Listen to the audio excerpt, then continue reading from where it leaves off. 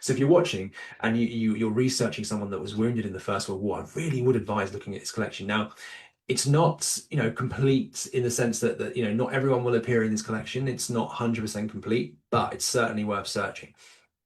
Um, let me give you an example. Let's just search for Smith. That's always kind of fail safe.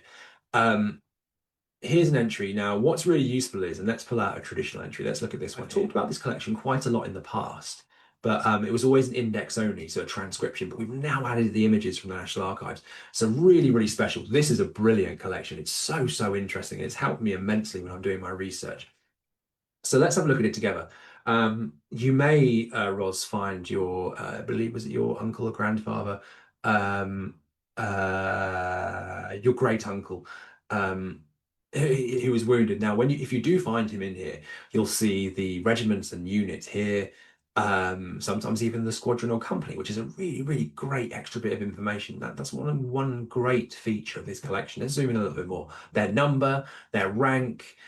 These, if you're new to research, and I know a few of you in the comments that have mentioned this, things like their number, this is really useful. I mean, they weren't unique in the First World War. It wasn't from 1920 onwards with one of the army orders that standardized army numbers, and then they became unique after then. But in the First World War, you may see that other soldiers have the same number as your ancestor or family member, but these are really, really useful key clues to help you find them in the records. So do bear in mind their number. It's very, very useful.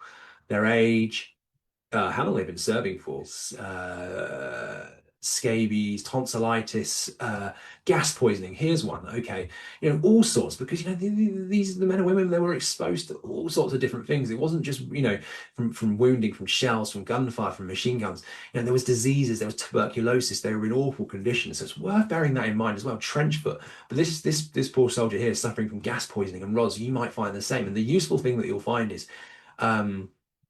Date of admission. So when they were admitted, you'll see the unit they were at, the hospital. I think it should say at the top, here we go, 14th Field Ambulance. So they're all in the 14th Field Ambulance when they were discharged to duty. But sometimes at the end, you'll see in the comments section if they were sent somewhere else to the 47nd Casualty Clearing Station. The reason I mention this is because you can look up the war diaries for these units. You can find them on maps. You can, it adds extra context. These are all different pieces of the puzzle that will help you flesh out your military family members' stories.